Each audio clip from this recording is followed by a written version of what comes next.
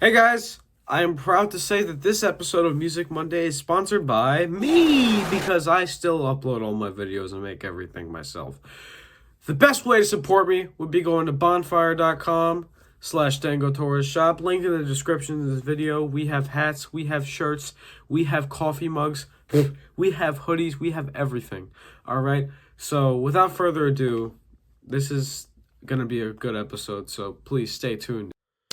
Today I'm here with Freddy Bando. Freddy the 45 Venom, Slam Bando, whatever you want to call him. He is one of the uprising artists in the NYC slam death metal scene. Today we're going to be interviewing him and talking about his goals and his priorities and who he is as a musician.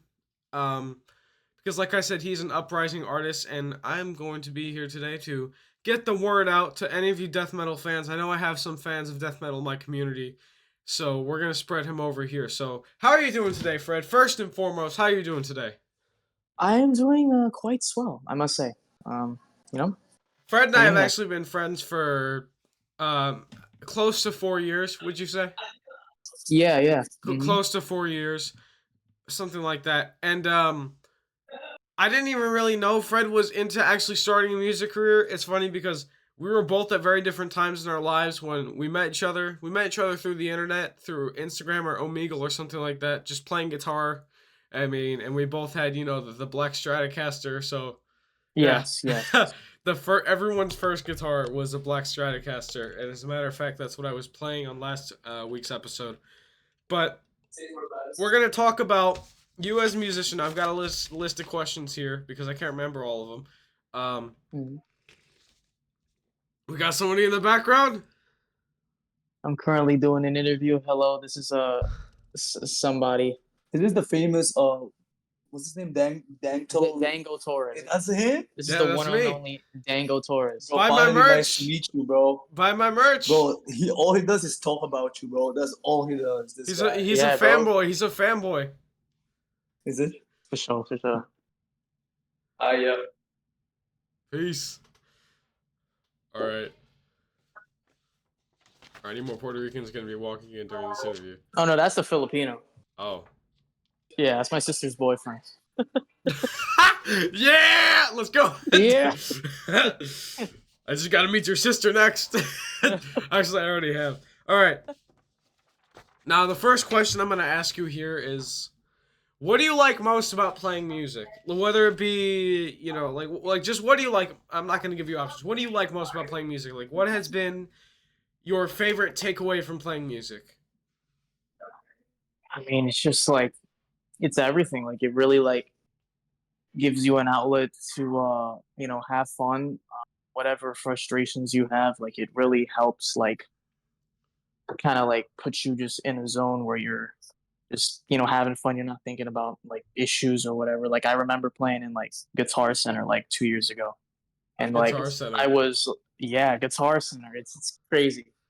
Um, and basically I was like playing guitar. I was shredding. I was slamming out, and like I remember I was in a zen state. Like I wasn't thinking about like anything but playing my guitar. Every other problem and nonsense that I had in my life just wasn't thinking about. And it's the greatest feeling ever. Like, and it's crazy that music can do that, and there's no like side effects, as opposed to like drinking or Doing taking drugs. substances. You know what I mean?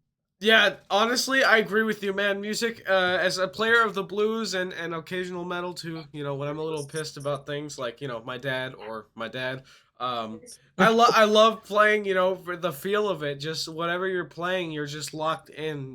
When you're locked in, there's nothing else that matters except for, just playing the music, and that's Yeah. been, that's what I look forward to every time I pick up my guitar. There's this I think it's an Eric Clapton quote, and it says every time you pick up, he said every time you pick up your guitar, pick it up as if it's the last time you're gonna play. Every time I pick up my guitar, that's what I do. All right, going up next. What inspired you to start playing and making music?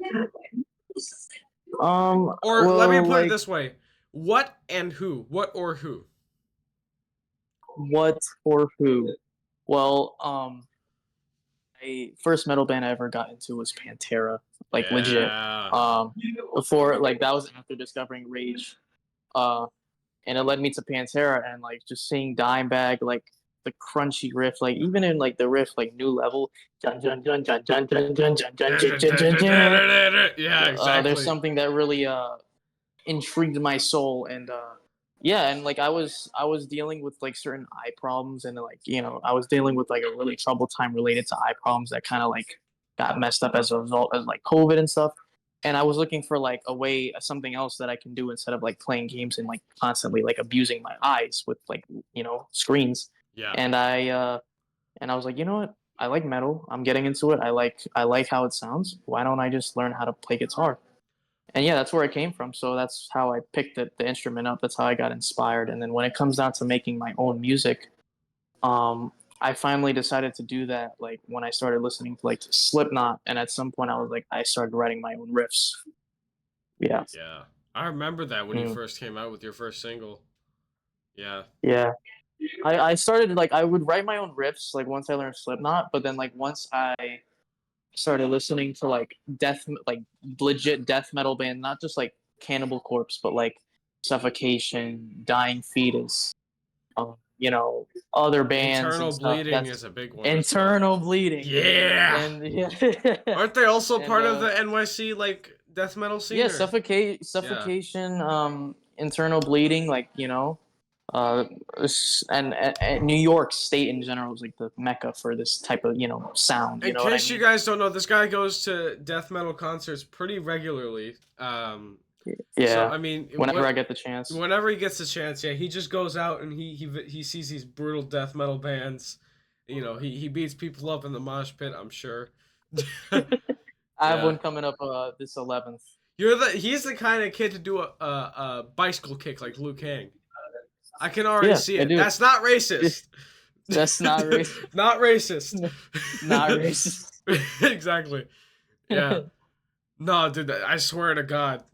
So if I were to go to that Opeth concert, I would have to fly you down here just to make sure I don't get killed because I snuck into the Pantera pit when I went to see them and I got punched right in the face.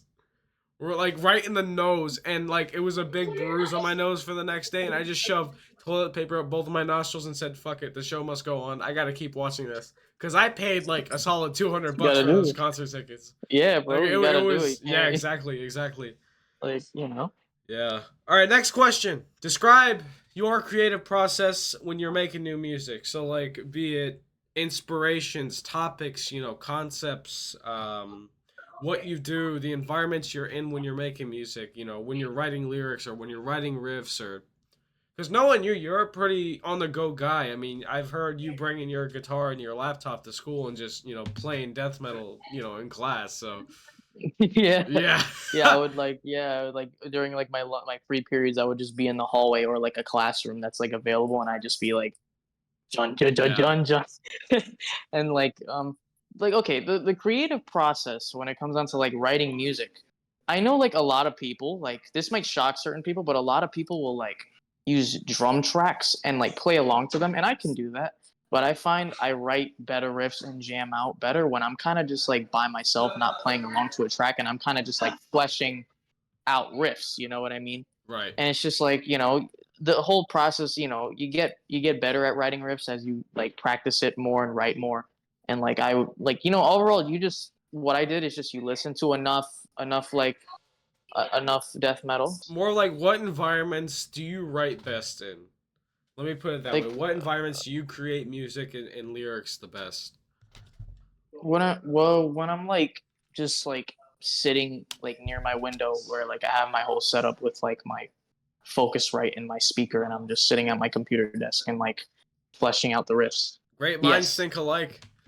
yes, bro. I'm telling you, it just works. I You opened just my gotta do window it. the other day and I came up with two songs. I'm not even joking. Just about the stuff that's outside my window.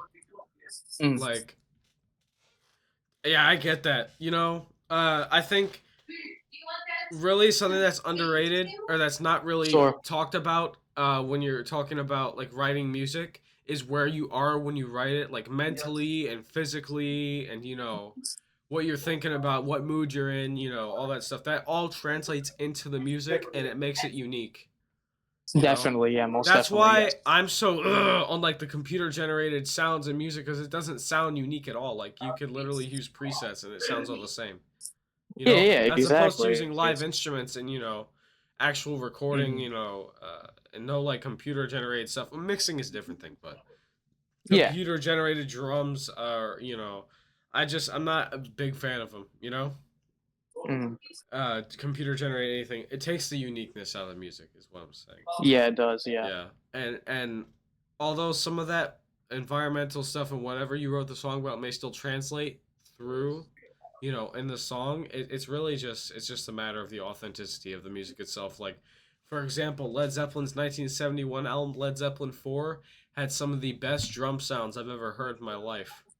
And there's been so many artists that have sampled When the Levee Breaks, just the intro, the like, because that drum sound was so unique for its Mm. time, and it still is just such an iconic drum sound. With the, I think they recorded it in like a cathedral or something like that, or something like that. But it was so much like natural reverb on the drum set. It's insane. Mm. Yeah. All right, next question. Who is your ideal musician to collaborate with, and why? Ideal musician to collaborate with. Um, this shouldn't come as a surprise, but Chris McCarthy from Internal Bleeding, one of the guitarists.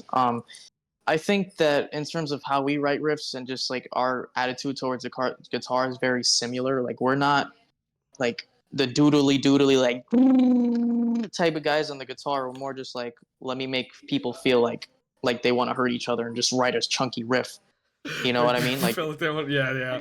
Uh huh. yeah, it's just like yeah. And I would collab. I feel like we would collaborate really well. Adding on to that question, let's say this: you're on a plane flight Mhm. with 20 musicians, right? Yeah. Or just any musician in the world, rather. Mhm.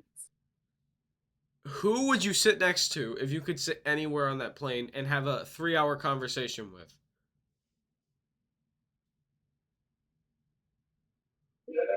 I don't know because it's just like I have two people in mind, but choosing between them is like so hard.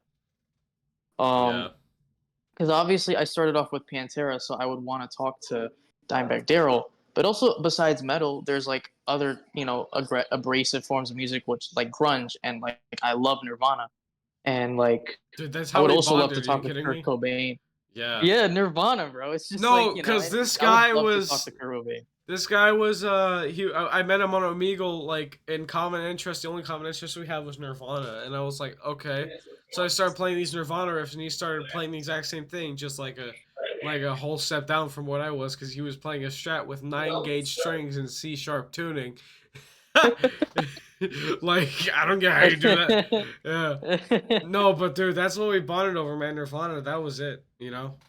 Yeah, it's just Nirvana's a good band. It's a Kurt good band. Cobain was a good, you know, he was a very, I think, a very tortured soul, and that I think that Yeah, seasoned him as a person. You know, it um, did.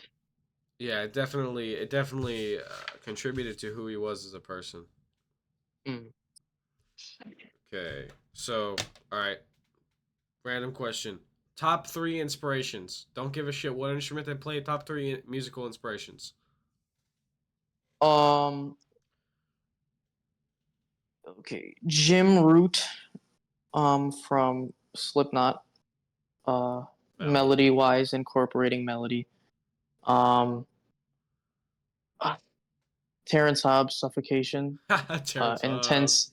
Intense, fast riffs, and Dimebag. If I ever do write something that's a lead, it's got to be heartfelt. It can't be like you gotta Can't feel just it in be your like soul. shredding scales up and down, right? Yeah, you have Yeah, to feel it in your soul. Yeah. right, exactly.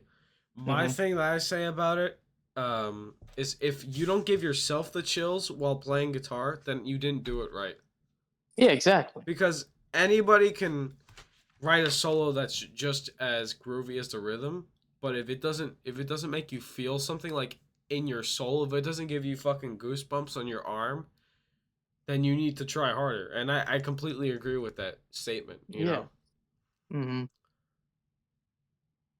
All right. So I know you haven't had much experience performing at live venues like bars and stuff yet. This is something like you could ask me and I would know more about, but describe what your ideal venue for performing. Let's say you had a band, a full band behind you, whatever instruments. Just imagine this in your head. You had a full band and any venue. What was your ideal venue? Like, describe me what your ideal venue for performing and playing a show of whatever the hell you want would be like.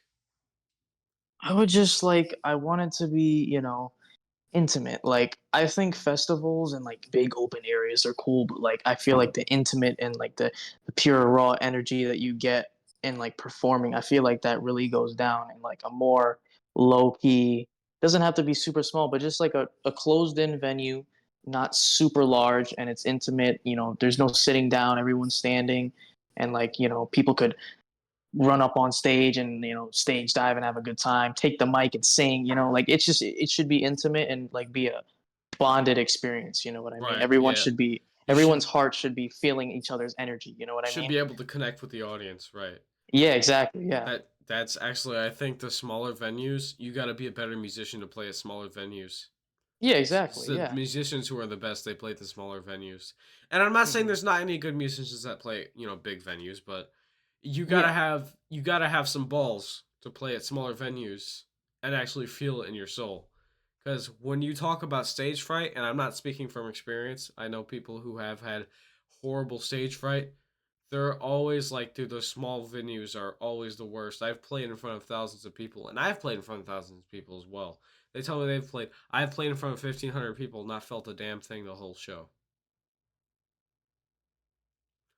And they, Different. or larger, sometimes 15,000, or 20,000. I haven't felt a damn thing, but then they tell me, I've played in front of 20 people, and if they all hated it, then I went home and sulked in misery that night. But if they loved it, then I went home and I, felt amazing. Mm, Because at the yeah. end of the day, it's about connecting with the audience. It's about Hmm. just making them feel something, changing their perspective, whatever your goal may be in music. What if you want to move people with your music, if you want to move and inspire for change, if you want to touch people's hearts, if you want to, whatever your goal is in music, if you don't meet that goal, if you, at the end of the day, if you don't feel accomplished, and if your audience doesn't feel like they felt something from it, then what musician are you?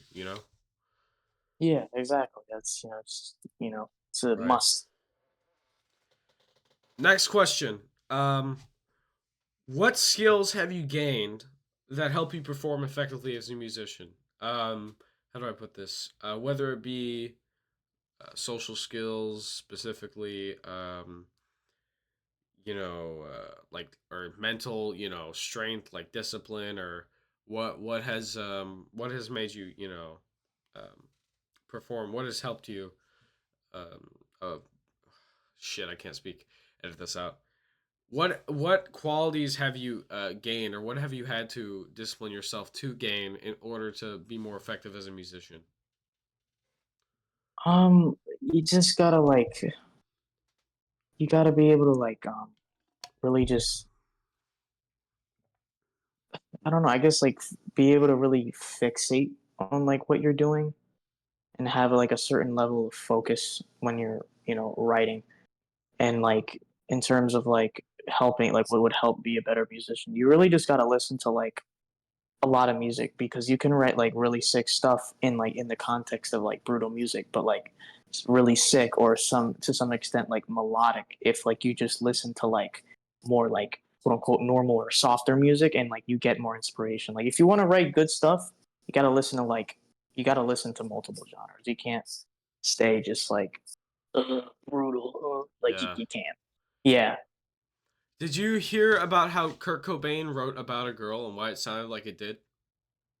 He listened No, to an actually, entire he listened to the entirety of Meet the Beatles before he wrote Meet that the song. Beatles. The Beatles' second studio album. And you know how the Beatles sounded in the early 60s. They were like pop, basically. 60s pop music. Hmm. Yeah. So that's like according to him, and that's like what heavily inspired the song. Mm. So yeah, I personally, me, when I want to write something really at the end of the day, I write as many songs as I can, and I put them all into different groups. You know, sort them out. Some of them are outtakes, some of them are for later. Um, but really, I think mostly I'm right. You know, lately I've been listening to a lot of blues, so a lot of things I've been writing are a lot more bluesy. And, you know, sometimes I'll listen to some more jazzier stuff as well, and that'll get me, you know, get the chops flowing for, you know, doing some weird chords or some weird scales. You know, yeah, no, that's good. That's good. For I sure. think another one that I've gained from you know, just realizing that I have to sort of gain this as a musician, I'd say is just certainty. As a musician, you know that there's not going to be everyone that's going to understand you. So you have to be Oh, for certain. sure. You got Yeah. to be certain that this is what I want to do. You got to be certain that this is going to work out for me, you know, and this is my passion, and this is what I want to do. Yeah, And exactly. and you know, there might be people, even your family, who say you're not going to do it. You just got to, you don't literally say this, but just got to tell them off mentally and just say to yourself, you know, I can do this, you know. Doesn't matter what people say. Yeah, like I still push no matter like what comments I get from other people, you know. Right. I get a good amount of people who surprisingly support what I do, even though it's not really like their cup of tea, but they support it. And, you know, even I get Yeah. some people to like it a bit, you know, because it's just like, you know, but, and Yeah. then there's people that think, yo, yeah, it's weird, but You're not going to you please know, so I'm everyone. doing, Yeah. what I'm doing because I love it. And, you know, the people, if anything, liking this stuff and being the quote unquote oddball makes it easier to find people who are like genuinely like understanding and can appreciate people for who they are instead of just like only being accepting of like the typical, you know, Yeah. Hmm. easier that way. It kind of helps. Because Yeah. if you just fit in with the crowd, you're going to find much of the same, right? Yeah, exactly. You're not going to So find your true purpose. you're not going to make meaningful connections. I totally agree with Nope, that. not at all. Next question. What qualities do you think make a great musician? Well, I hate to go back to feel, but yeah, a good musician knows how to write something that you know, makes people feel a certain emotion, like whatever emotion, whether that's like adrenaline pumping, like aggression, or you want them to feel like, you know, I don't know, like blues. You can make people feel spicy. You can make people feel uh You can make people sad. cry. You know, oh yeah, exactly. You know what I mean? Like Yeah. it's you have to know how to make people feel an emotion. I think that you know, I don't really know theory myself, but I think that I feel like a really good musician um knows theory, but like knows doesn't just like, you know, Rely doesn't on just it learn heavily. theory for the sake of learning theory and think, "Oh, this is what's going to make me write a riff."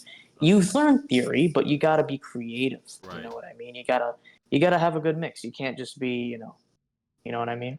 Yeah, no, I get that. I get it. Yeah. Yeah. Mhm. Would you say patience is another good quality of a musician?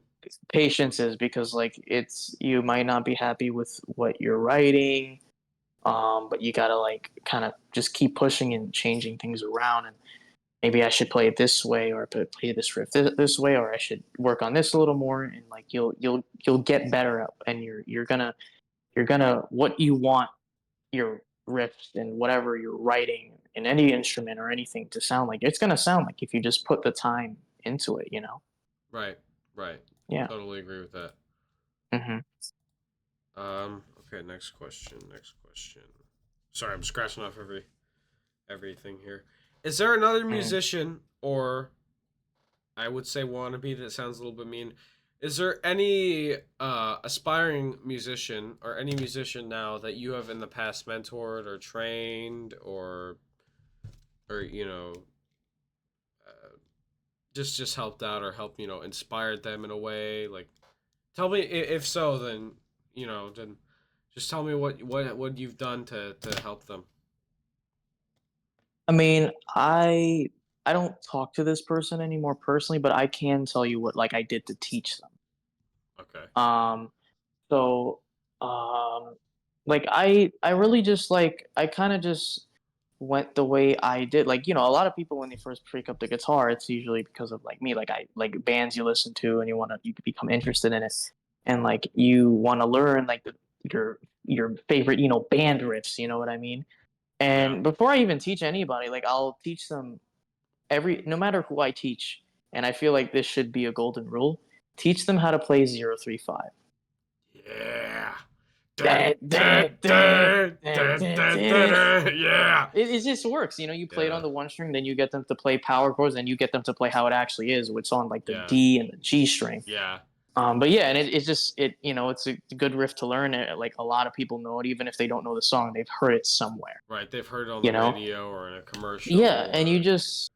you kind of just like you recommend them, just like a lot of times you learn your favorite band riffs, and you in general like use the internet to your disposal, like instead of, I'm not saying you shouldn't, but instead of like going out of your way to pay for lessons, you could learn off of YouTube and like see what you're doing, you know what I mean? And that's kind of what I told them to do. I made it real simple. Just learn your band riffs, do on YouTube, try to learn songs, have patience with it. It's going to be frustrating. Like even teaching them 035 or something else, like it was like, I was really trying to get them to get it. And then like first, like couple tries, they just wouldn't get it. But like I had to have my patience and keep them going and make sure they have the patience to be like, listen, this might be frustrating now. It was for me, but it's going to pay off once you learn how to do it. And you're going to have something that you're never going to let go of, you Yeah.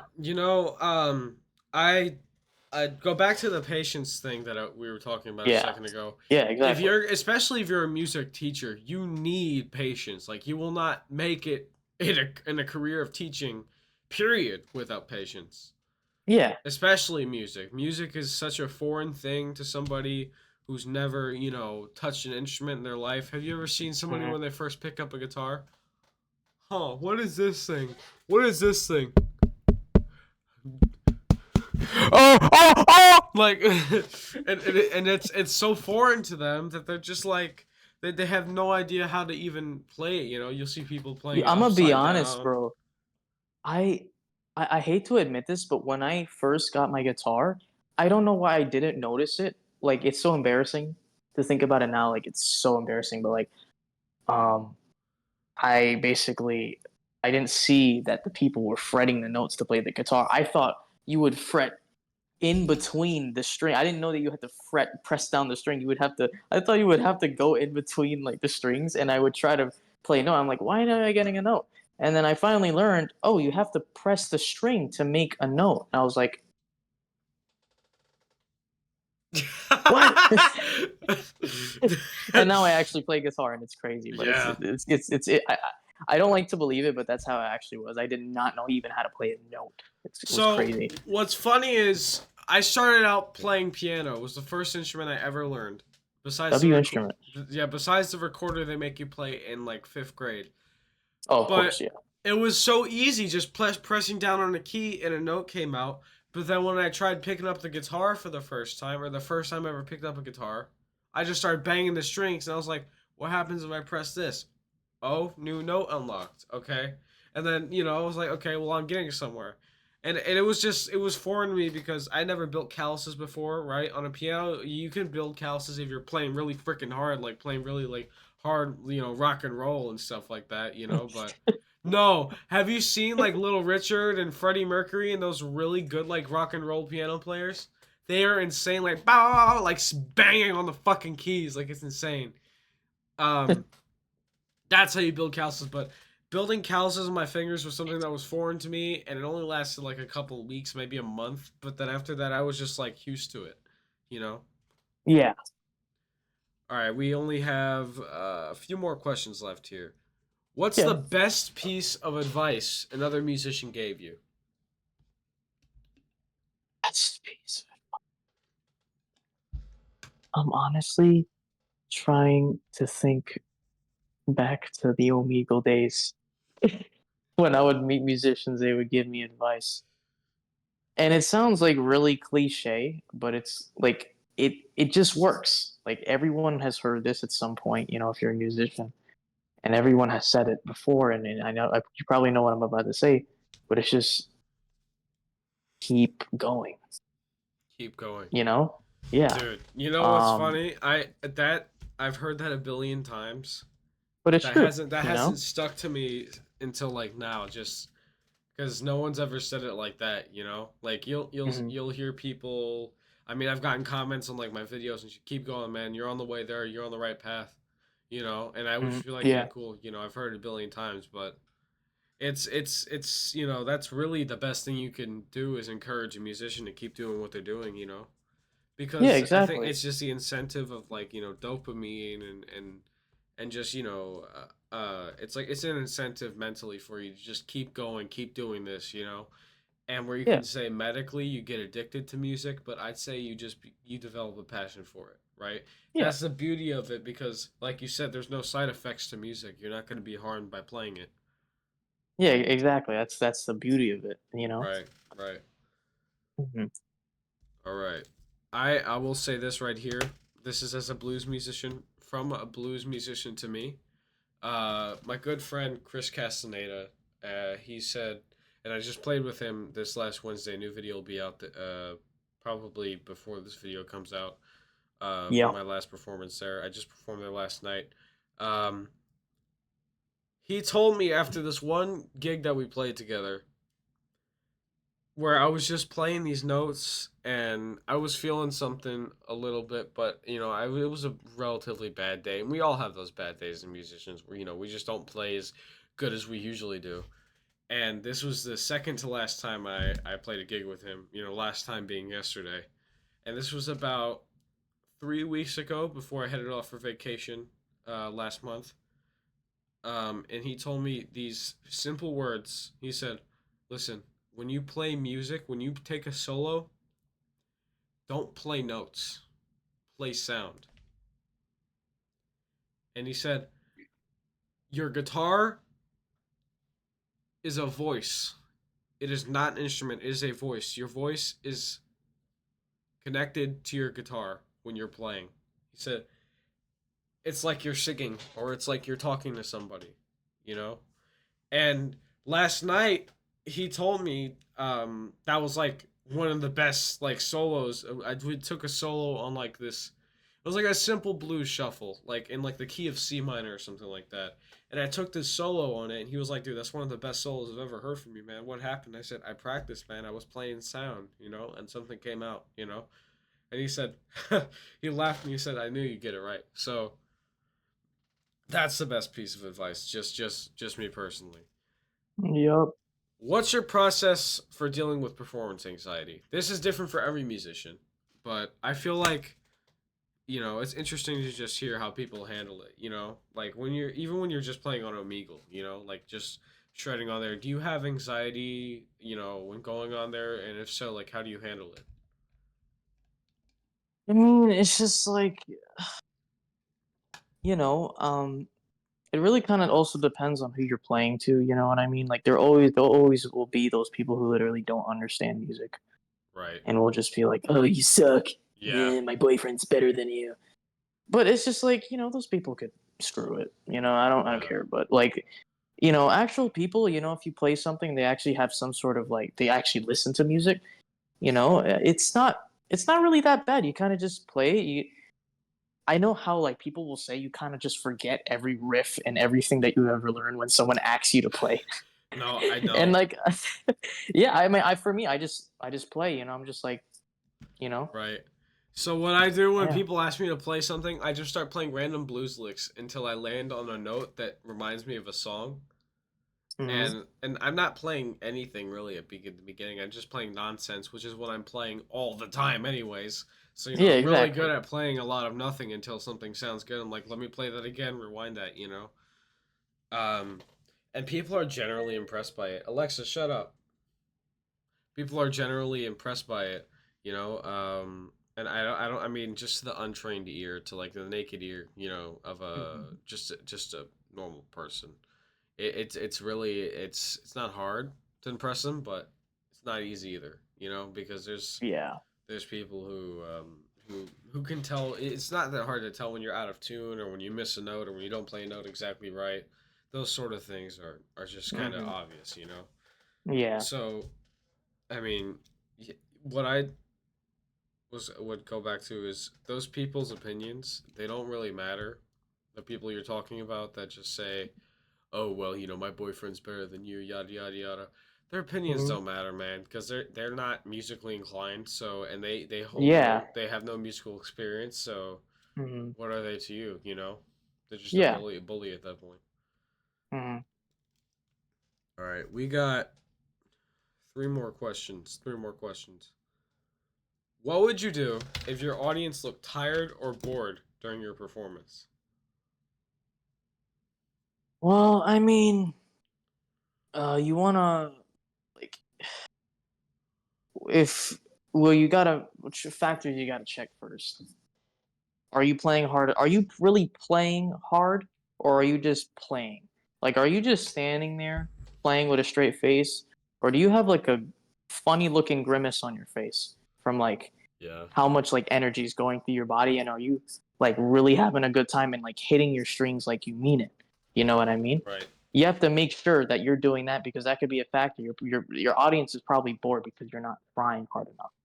Right. Also, like even like as the vocalist or just any like a performer, you got to really learn how to command. You got to know how to hype the crowd up as well. You got to really know how to listen. If like at the beginning of the show, there's this band like death metal band Vomit Forth, and they at the beginning of every set, if they're not like if people don't move up, if they see you that they're forming this horseshoe thing like around the stage and like there's no one up, he'll tell you and he'll scream at you like move up, move up, move up, like before we start we need your respect, your attention, have a good time. You know what I mean? Like you really have to make sure that you get people in the zone and that you captivate their interest, and you like you're like, I'm not playing around, I'm here to like make you feel what I want to make you feel. You know what I mean? Right. Right. Right. Yeah. Yeah.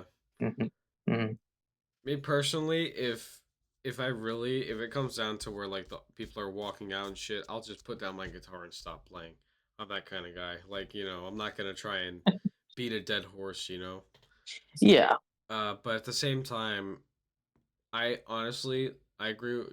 Obviously, I think it's common knowledge if you're gonna be a like a front man, especially if you're gonna be a Mm. performer in general, you gotta know how to entertain an audience. You can't just be what I like to call a stick on stage. Yeah. Like usually it's like a someone who's not like in up front in the limelight. Someone's just in the back, like the bass player, just or the keyboardist or something. Even the drummers sometimes. The drummers just like yeah, exactly. Or anyone else. But when you see these bands or these bigger groups with these opera singers in the background, you see they're always like dancing. They're always moving. Saxophone Mm. players, the horn players are always moving too, even when they're not playing notes. The drummer's got some groove. He's got like some headbanging going on. And the Mm. guitarists, although they could be standing still, they're still, expressing themselves through their music. They're playing, they're making faces, they're feeling it. Yeah. I mean, BB King, he didn't move that much during his performances, and towards the end of his life, he sat down in a chair while playing guitar. Mm. Um, but he still played every note like it was his last note. And Exactly. he made that connection with his audience. There's this clip of him playing "The Thrill Is Gone" from 1971. Maybe I'll show you this after the interview because I don't want to get copyright claimed. But just the beginning solo and the solo, he redoes the solo halfway through the song, or towards the end of it, rather. And just hearing that, if I'm in the right mood, I start breaking into tears. Just the solo. And Means he's BB doing a good King, job. yeah, BB King's one of those artists where he doesn't play a lot of notes. He's not known for doing these really fast runs. He could do them if he wanted to. I mean, he's done it maybe once or twice. I can count the amount of times I've heard him do it on one hand. Um, but the thing is when he does it in moderation. So when he does do it, everyone's like, "Whoa!" That was fast. Mm. But when he's playing these really melodic and really slow and beautiful solos, everyone's feeling every single note that he's playing. And because of that, they're touched emotionally by it. Mm. I think it's a beautiful thing. Two more questions here. What would you do if you made a mistake during a performance, whether it be you broke a string or you just didn't play the riff right, you were in the wrong key? What would you do? Would you just adjust right back on it and act like nothing happened, or would you freak out like a little baby? I mean, you definitely want to play. You definitely want to try your best. I mean, everyone wants to try their best to play tight, but like if you like make a little mishap or something happens, like it's all part of the like organic process, and like it reminds the audience that like humans are playing this. You know what I mean? This is Right, not a not machine. robots. This is a human being made of flesh and bones, but they are playing this. You know Right. what I mean? It's just it keeps the organicness. Like if I feel like even when like you're tracking a record, it's like you're like a song or whatever, and like if you made like let's say the note sounds a little different, or like there's a little bit of a delay, and when you hit that like that chord, and then the drum, the kick, or whatever part of the drum, there's a little delay, but there's that like tension of like push and pull that makes the music more exciting. If it's Right. just like everything just like Yeah. syncopated the entire time and there's no like sort of like swing or like kind of like a little bit off of the metronome to give like a little bit of extra like you know what I mean? Yeah. It's just it doesn't sound great. You got to have some like organicness. I'm not saying just play like I I can't play the Yeah. guitar or Right. something, but But you you got to you have yeah. that organic feel, you know what I mean? Yeah. Yeah. When I play Fill the Air Mhm. live at Yeah. my first time playing it live with Mhm. Amiscus, I played the first time I played that riff in the beginning of the song. That was the first time I ever played it cleanly. I didn't even play it cleanly on the record. The first time I like missed a note on the record, and you can hear it was like, and then as opposed to the live version, the first time I was like, oh shit, I did it cleanly, and it wasn't me who pointed it out; it was my friend who pointed it out when he was watching. He was like, dude, you played the riff very cleanly for like 5 seconds, and then you screwed it up again. I was like, that's beautiful. um, we were also going like 20 BPM faster than the original record. One last question. Awesome. One last question for you. Can we expect any new music coming out? Any new singles? Any new albums? I heard you got a new band called Murderously Horny Parakeet. Can we Yeah. expect anything new from them? Well, currently, I am in Puerto Rico for like up until the 8th is when I would get back to New York. But like um I also want to focus on like other aspects of my life, just like real quick. It shouldn't take too much time, hopefully. But I was also starting to work on a new single. I don't know what the name of it is yet. I'm not done with it yet. But I was also thinking about do my friend, my bass player, my studio bassist was thinking about like making an EP. But then later on, I was like, because our band is kind of like not fully formed yet. I do write riffs and I wrote the first song all by myself. But I something about it, I actually like want to be like a vocalist. I can do like gutturals and whatever, some decent pig squeals. So like I wanted to do vocals. I'll still write riffs and write songs and whatever, but I want to take that role. So like I would need I have a drummer who also plays guitar, but he likes to be the drummer. But I would need like a studio guitarist who could also play live guitar, and then a studio guitarist who plays live bass because my bassist right now he lives in Iowa. So if he were to do performances, he wouldn't be able to make it Right. because he's also in other bands as well, like where he lives. So it's not really much of a big deal for him not to play the shows. He's kind of I talked to him about it, he's fine. But yeah, I gotta find those. But once I get a full band and like we're cohesive and we could really, when we create something, it's not just like, oh, that's Freddy, the 45 Venom, Freddy Bando. That's Murderously Horny Parakeet. That's everybody in the band contributing to make something unique. Everyone adding their own elements, and then so once we do that, we'll start the process of making an EP or an album. But for now, I'm gonna start working on the single when I get back.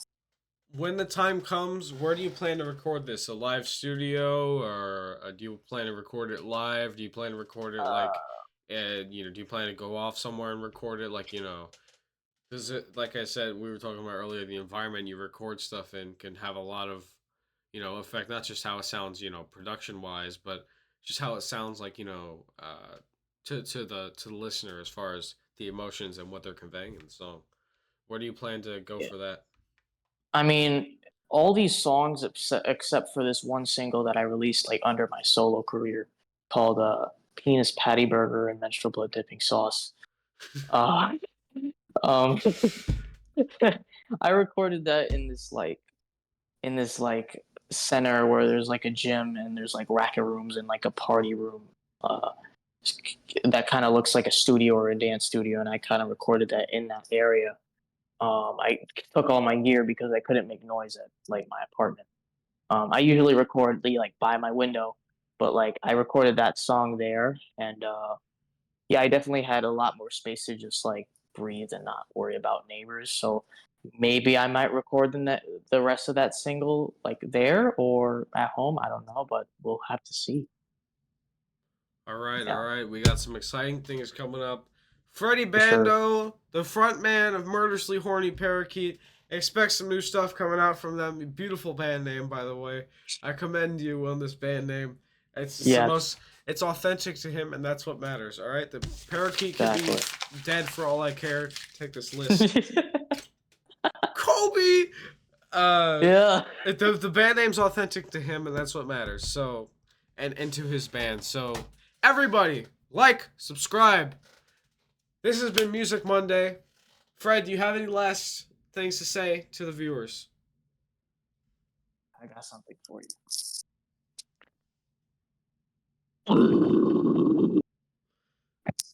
Yeah. All right. All Yeah, right. Submarine growls. Let's do it. let's go. Yeah. All right, everyone. If you enjoyed the video, All right. support the merch. You know, bonfire.com/Dango shop. And I will see you guys on the next episode of Music Monday. Peace.